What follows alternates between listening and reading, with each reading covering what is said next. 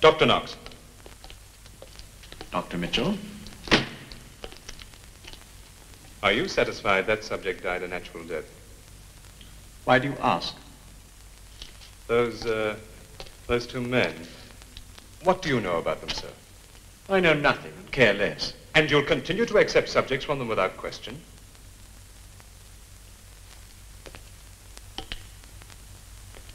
I will continue to teach anatomy, using the best specimens available, to turn out doctors who will replace quacks. Is there anything else? No, sir. Then good night, Mitchell.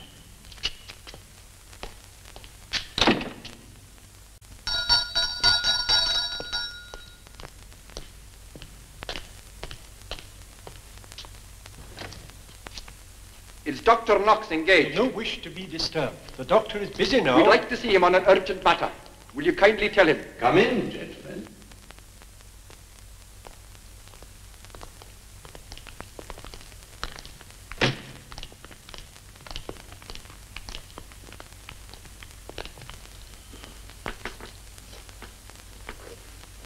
This is a great honor. 4 of Edinburgh's leading surgeons. Dear me. I hope you still consider it an honor when you've heard the purpose of our visit. Nothing could change my opinion of you, gentlemen. Proceed. An article by Dr. Knox. Page 13, but pray don't trouble to find the place, Dr. Elliot. I have an excellent memory. A few months ago, a man came to the Edinburgh Infirmary with an aneurysm connected with one of the larger arteries of the neck. Notwithstanding its obvious characteristics, even to the merest beginner, that it was an aneurysm, a certain distinguished surgeon pronounced it to be an abscess.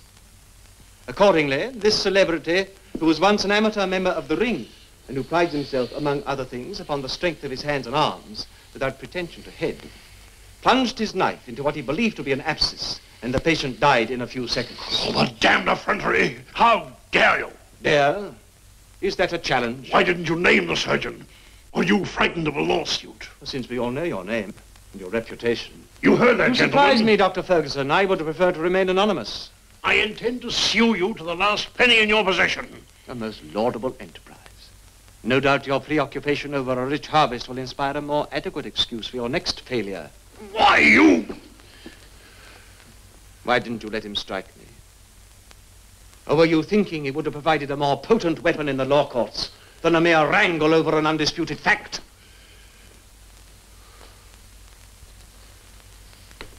I see before me 4 white, angry, baffled faces. Why? Because I have written an article? Because I have accused one of you of murder? My friends, go ahead. Take me to the high courts. And in the words of your puppet, sue me for every penny I possess. A businesslike venture. I wish you better success in the field of commerce than you have enjoyed in the sacred task of our profession. Is that all you have to say? No. I am aware that the path of truth was never strewn with roses. On every hand one encounters a grey gauntlet of empty threats. To be condemned by ignorance is a compliment to knowledge. Croak your miserable way to the law courts if you dare. I will meet you on the steps with a torchlight to scorch into your souls and leave them bare as a warning to your future victims. And now, if you will be so good as to incline your heads slightly to the right, you will observe the door. Please use it.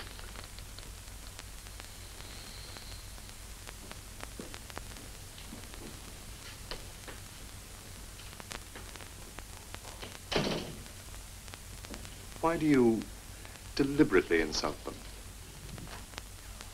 Are you criticizing me? No, not criticizing. I wouldn't be so presumptuous. But I'm warning you. Those doctors will harm you if they can. How can they harm me? By making capital out of the merest whisper of gossip.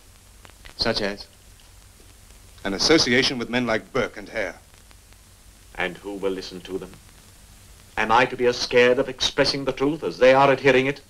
I tell you, Mitchell, it will take more than a handful of quacks to shake me. I am producing surgeons who will fight for humanity, not destroy it. And in the process of doing that, nothing will stand in my way. The individual is not important.